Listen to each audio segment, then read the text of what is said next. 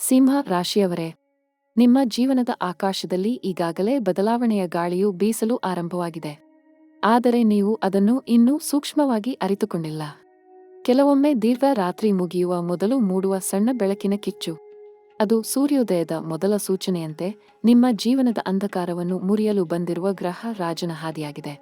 ಹೌದು, ಗ್ರಹ ರಾಜ ತನ್ನ ಶಕ್ತಿ, ಪ್ರಭಾವ ಮತ್ತು ಅದ್ಭುತ ಆಕರ್ಷಣೆಯಿಂದ ತುಂಬಿದ ಆ ಚಕ್ರವರ್ತಿ ಈಗ ಸಿಂಹ ರಾಶಿಯ ನಾಡು ತಲುಪಿದ್ದಾನೆ. ನಿಮ್ಮೊಳಗಿನ ನಿದ್ರಿತ ಸಿಂಹವನ್ನು ಎಚ್ಚರಿಸಲು ಬಂದಿದ್ದಾನೆ. ಈ ಕ್ಷಣದಿಂದ ನಿಮಗೆ ಶಾಂತವಾಗಿದ್ದು ಸಾಧ್ಯವಿಲ್ಲ. ಏಕೆಂದರೆ ವಿಶ್ವದ ನಾಡಿ ನಿಜವಾಗಿಯೂ ನಿಮ್ಮ ಜೀವದ ನಾಡಿಯ ಜೊತೆ ತಾಳನ್ನ ಹಾಕುತ್ತಿದೆ. ಈ ಗ್ರಹ ರಾಜನ ಪ್ರವೇಶವು ಕೇವಲ ಒಂದು ಗ್ರಹಾಂತರ ಚಲನೆ ಅಲ್ಲ.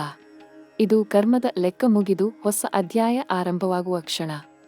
ಹಲವರ ಜೀವನದಲ್ಲಿ ಆಗುವ ಬದಲಾವಣೆಗಳು ಶಾಂತವಾಗಿ ಬರುತ್ತವೆ. ಆದರೆ ಸಿಂಹ ರಾಶಿಯವರಲ್ಲಿ ಅದು ಗರ್ಜನೆಯೊಂದಿಗೆ ಬರುವುದು, ಬೆಂಕಿಯಂತೆ ಬರುವುದು. ನೀವು ಎದುರಿಸುತ್ತಿದ್ದ ಅಡೆತಡೆಗಳು, ಕಥೆಯಲ್ಲಿ ಕತ್ತಲೆಯಂತೆ ಕಾಣುತ್ತಿದ್ದ ಅವಧಿಗಳು ಈ ಗ್ರಹ ಚಲನೆಯಿಂದ ಅರ್ಥಪೂರ್ಣ ಅಂತ್ಯವನ್ನು ಕಾಣಲಿವೆ. ಆದರೆ ಅದಕ್ಕಿಂತ ಮೊದಲು ಒಂದು ಅಲ್ಪ ಕಂಪನ, ಒಂದು ಸಣ್ಣ ಕಂಪನ ಉಂಟಾಗಬಹುದು. ಅದು ನಿಮ್ಮ ಮನಸ್ಸಿನಲ್ಲಿ ಅಶಾಂತಿಯನ್ನು ತರಬಹುದು. ಕೆಲವು ದಿನಗಳಲ್ಲಿ ಏನೋ ಬೇರೆಯ ಶಕ್ತಿ ನಿಮ್ಮ ಸುತ್ತಲೂ ಸುತ್ತುವಂತಾಗುತ್ತದೆ. ನೀವು ಒಂದು ಕಡೆ ಗಮನ ಕೊಡಲು ಪ್ರಯತ್ನಿಸಿದರೆ ಇನ್ನೊಂದು ಕಡೆ ವಿಷಯಗಳು ತಿರುಗುತ್ತವೆ. ಆದರೆ ಭಯಪಡಬೇಕಿಲ್ಲ. ಅದು ನಿಜಕ್ಕೂ ಕರ್ಮದ ಚಲನೆಯ ಮೊದಲ ಹಂತ. ಗುರು ತನ್ನ ದೃಷ್ಟಿಯಿಂದ ನಿಮ್ಮ ಬುದ್ಧಿಗೆ ಬೆಳಕನ್ನು ತಂದಾಗ, ಶನಿ ತನ್ನ ಪಾಠದ ಕತ್ತಿಯನ್ನು ತೀವ್ರಗೊಳಿಸುತ್ತಾನೆ. ಈ ಎರಡು ಶಕ್ತಿಗಳು ಸೇರಿ ನಿಮ್ಮ ಜೀವನವನ್ನು ಪುನರ್ರೂಪಗೊಳ್ಳುವ ವೇದಿಕೆಯನ್ನು ಸೃಷ್ಟಿಸುತ್ತಿವೆ. ಗುರುನ ಪ್ರವೇಶದಿಂದ ಸಿಂಹ ರಾಶಿಯವರ ಜೀವನದಲ್ಲಿ ಹೊಸ ಅಧ್ಯಾಯ ಆರಂಭವಾಗಲಿದೆ. ಬುದ್ಧಿವಂತಿಕೆಯ ಹೊಸ ಕಾಲ, ಆತ್ಮವಿಶ್ವಾಸದ ಉತ್ಸಾಹ ಮತ್ತು ಕಾನಿನ ಮುಂದೆ ನಿಂತಿರದಿದ್ದ ಪ್ರತಿಯೊಂದು ಅಡಚಣೆಯ ಮುರಿತ ಈಗ ಪ್ರಾರಂಭವಾಗಿದೆ. ಆದರೆ ಒಂದು ಅಸ್ಪಷ್ಟ ಕನಸು ಹೇಳುತ್ತದೆ, ಈ ಬದಲಾವಣೆಯ ಮೊದಲು ಒಂದು ಪರೀಕ್ಷೆಯ ಹಂತ ಬರುವುದು. ನೀವು ನಂಬಿಕೆಯೇ ಇಲ್ಲದೆ ಇದ್ದ ಕ್ಷಣ, ಅದೇ ನಿಮ್ಮ ಬದುಕಿನ ತಿರುವು ಬಿಂದುವಾಗುತ್ತದೆ. ನೀವು ಕಳೆದುಕೊಂಡಿದ್ದೀರಿ ಎಂದು ಭಾಸವಾಗುವ ಸಮಯಕ್ಕೆ ಗ್ರಹ ರಾಜ ಕೂಗುವನು, ಇನ್ನು ನೀನಲ್ಲೇ ನಿನ್ನ ಸಾಮ್ರಾಜ್ಯ ಇದೆ ಎಂದು. ಸಿಂಹದೊಳಗೆ ಸದಾ ದೀಪಿಸುತ್ತಿರುವ ಒಂದು ಕಿರಣ ಇದೆ. ಅದನ್ನು ಯಾರೂ ಆರಿಸಲಾಗದು. ಆದರೆ ಕೆಲವು ಬಾರಿ ಅದನ್ನು ಮೋಡಗಳು ಮುಚ್ಚುತ್ತವೆ. ಇತ್ತೀಚಿನ ತಿಂಗಳುಗಳಲ್ಲಿ ನಿಜವಾದ ಬೆಳಕು ಕಾಣದೆ ನಿಮಗೊಂದು ಖಾಲಿತನ ತಟ್ಟಿತ್ತು. ಹಣದ ಚಲಾವಣೆಗಳಲ್ಲಿ ತೊಂದರೆ, ಕೆಲಸದಲ್ಲಿ ಅನೇಕ ವಿಳಂಬ, ಮಾತು ಕೇಳಿಸದ ಸಹೋದ್ಯೋಗಿಗಳು, ಹೃದಯದಲ್ಲಿ ಒಳನೋವು. ಎಲ್ಲವೂ ಸೇರಿ ನೀವು ನಿಮಗೆ ಬೇಸರಪಟ್ಟ ಕಾಲ ಕಳೆದಿರಬಹುದು. ಆದರೆ ಇನ್ನು ಮುಂದೆ ಆ ಕಾಲ ಉಳಿಯಲಾರದು. ಏಕೆಂದರೆ ಗ್ರಹ ರಾಜ ಬರುವಾಗ ಕರ್ಮದ ಬಾಗಿಲು ತೆರೆಯುತ್ತದೆ. ದೀರ್ಘಕಾಲದ ಶ್ರಮಕ್ಕೆ ಫಲ ದೊರೆಯುವ ಕಾಲ ಬರುವುದು. ಶನಿಯ ಕಠಿಣ ದೃಷ್ಟಿ ನಿಧಾನವಾಗಿ ಮೃದುವಾಗುತ್ತದೆ. ಗುರುನ ಆಶೀರ್ವಾದವು ನಿಮ್ಮ ಜೀವನದ ಹೃದಯಕ್ಕೆ ಹೊಸ ಉಸಿರು ನೀಡುತ್ತದೆ. ದುಡ್ಡಿನ ದೃಷ್ಟಿಯಿಂದ ಇದು ದೊಡ್ಡ ಬದಲಾವಣೆಯ ಕಾಲ. ನೀವು ಇಂತಿದ್ದ ಹಾದಿಯನ್ನು ಗ್ರಹದ ಚಲನೆ ತಿರುಗಿಸುತ್ತದೆ. ವ್ಯವಹಾರಗಳಲ್ಲಿ ಹೊಸ ಯೋಜನೆಗಳು ಹುಟ್ಟುತ್ತವೆ. ಹಳೆಯ ಸಾಲದ ಒತ್ತಡಗಳು ಕಡಿಮೆಯಾಗುತ್ತವೆ. ಹಣದ ಹರಿವು ನಿಧಾನವಾಗಿ ಆದರೆ ದೃಢವಾಗಿ ಹೆಚ್ಚಾಗುತ್ತದೆ. ನಿಮಗೆ ಬೇಕಾದ ಸಹಾಯ ಬೇರೆಯವರಿಂದ ಬರುವುದು ಅನಿಸುವುದು. ಇದೇ ನಿಮ್ಮ ಸಮಯ. ಆದರೆ ಜಾಗರೂಕರಾಗಿರಿ. ಕೆಲವು ದಿನಗಳಲ್ಲಿ ಹಳೆಯ ಮನಸ್ಸಿನ ತೊಂದರೆ ಮತ್ತೆ ಮುಖ ತೋರಬಹುದು. ವಿಶ್ವಾಸ ಕಳೆದುಕೊಳ್ಳಬೇಡಿ. ಅದು ಸನ್ನಾಹದ ಅಂತಿಮ ಪರೀಕ್ಷೆ. ನಿಮಗೆ ನಿಜವಾದ ಬಲವಿದೆ ಎಂಬುದನ್ನು ಗ್ರಹಗಳು ಪರಿಶೀಲಿಸುತ್ತಿವೆ. ನೀವು ಧೈರ್ಯದಿಂದ ಮುಂದುವರಿಸಿದರೆ ಶ್ರೇಷ್ಠತೆ ನಾಚುತ್ತದೆ ನಿಮ್ಮ ಎದುರು. ರಾಹು ಮತ್ತು ಕೇತುವಿನ ಚಲನೆಯು ನಿಮ್ಮ ಚಿಂತನೆಗೆ ವಿಶೇಷ ತ್ರಾಸು ತರುತ್ತದೆ. ಕೆಲವರು ನಿಮ್ಮ ನಂಬಿಕೆಗೆ ಊರು ಮುಯಿ ತೀರಿಸಬಹುದು. ಆದರೆ ಅದು ಕರ್ಮದ ಆಟ. ಅದರಲ್ಲಿ ಯಾರು ಗೆಲ್ಲುತ್ತಾರೆ ಎಂಬುದು ನಿರ್ಧಾರವಾಗುವುದೇ ಇಲ್ಲ. ನಿಜವಾದ ದೃಢ ಮನಸ್ಸು ಮಾತ್ರ ಉಳಿಯುತ್ತದೆ. ನಿಮ್ಮ ಚಿಂತನೆ ಶುದ್ಧವಾಗಿದ್ದರೆ ರಾಹು ಕೂಡ ನಿಮಗೆ ಬಲ ನೀಡುವನು. ಹುಚ್ಚು ಕನಸುಗಳನ್ನು ಬಿಟ್ಟು ಸತ್ಯದ ಹಾದಿಯಲ್ಲಿ ಉಳಿಯಿರಿ.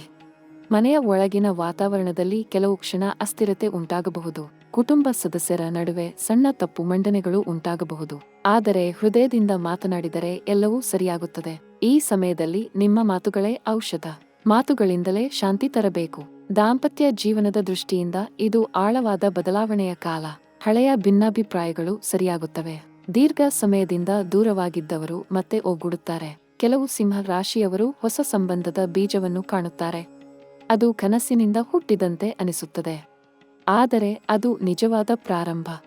ಹೃದಯದಿಂದ ಕೇಳಿದರೆ ಅದು ದೇವನ ಕರುಣೆ ಎಂಬುದು ಅರಿಯುತ್ತೀರಿ. ಮುಂದಿನ 7 ದಿನಗಳು ಏನೋ ಅಸಾಧಾರಣ ನಡೆಯುವ ಲಕ್ಷಣ ಇದೆ. ಮೊದಲ ಸಂಕೇತವು ಬಂದು ಬಿಡುತ್ತದೆ. ಒಂದು ಸುದ್ದಿ ಕೇಳುತ್ತೀರಿ. ಅದು ಮೊದಲಿಗೆ ಗೊಂದಲ ತರುತ್ತದೆ. ಆದರೆ ಮುಂದಿನ ದಿನಗಳಲ್ಲಿ ಅದೇ ಸುದ್ದಿ ನಿಮ್ಮ ಬದುಕಿನ ಹೊಸ ದಾರಿಯಾಗುತ್ತದೆ. 10ನೇ ದಿನದೊಳಗೆ ಯಾರೋ ಹಳೆಯ ವ್ಯಕ್ತಿ ನಿಮ್ಮ ಜೀವನದಲ್ಲಿ ಮತ್ತೆ ಕಾಣಿಸಿಕೊಳ್ಳುತ್ತಾರೆ. ಒಮ್ಮೆ ನಿಮಗೆ ನೋವು ತಂದ ವ್ಯಕ್ತಿ ಈಗ ಬೇರೆ ರೀತಿಯಾಗಿ ಮಾತನಾಡುವುದನ್ನು ನಿಮಗೆ ನಂಬಲು ಆಗುವುದಿಲ್ಲ. ಅದೇ ಗ್ರಹ ಚಲನೆಯ ಆಟ. ಹಳೆಯ ಬಂಧಗಳು ಹೊಸ ಅರ್ಥ ಪಡೆಯುತ್ತವೆ. 14 ದಿನಗಳಾಟದಲ್ಲಿ ನಿಮ್ಮ ಮನಸ್ಸಿನಲ್ಲಿ ಬದಲಾವಣೆ ಆಗುತ್ತದೆ. ಹೃದಯದಲ್ಲಿ ಒತ್ತಡ ಕಡಿಮೆಯಾಗುತ್ತದೆ. ಬಯಸಿದ ಕೆಲಸದಲ್ಲಿ ಮುನ್ನಡೆ.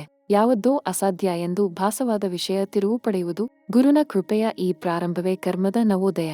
ಆದರೆ ಈ ಆಶೀರ್ವಾದದ ಹಾದಿಯಲ್ಲಿಯೇ ಶನಿಯ ಪಾಠ ಇರುವುದು.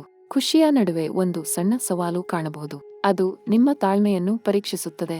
ನೀವು ತಾಳಿದರೆ ಶನಿ ನಿಮ್ಮ ಕೈ ಹಿಡಿಯುವನು. ಸಹನೆ ಮಾಡಿದವರಿಗೆ ಈ ಗ್ರಹ ರಾಜನ ನೆರವು ಲಭಿಸುತ್ತದೆ. ಸ್ವಾಸ್ಥ್ಯದ ದೃಷ್ಟಿಯಿಂದ ಶರೀರದ ಕೆಲವು ಹಳೆಯ ನೋವುಗಳು ತೀವ್ರವಾಗಬಹುದು.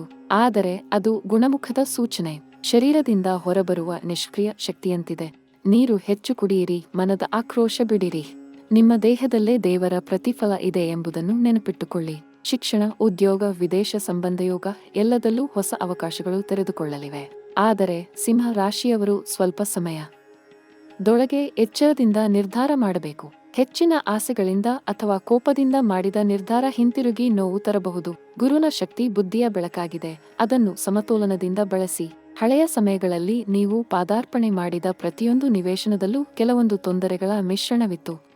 ಆದರೆ ಈ ಬಾರಿ ಗ್ರಹ ರಾಜನ ಪ್ರವೇಶವು ನಿಜವಾದ ಶಾಂತಿಯುಂಟು ಮಾಡುತ್ತದೆ. ಇದೊಂದು ಪೀಳಿಗೆಯಲ್ಲೊಂದು ಸಾರಿ ದೊರೆಯುವ ಬದಲಾವಣೆ. ಈ ಚಕ್ರದಲ್ಲಿ ಹುಟ್ಟುವ ಶಕ್ತಿಯು ಮುಂದಿನ ಅದ್ಭುತ ವರ್ಷಗಳ ಬೀಜವಾಗಲಿದೆ.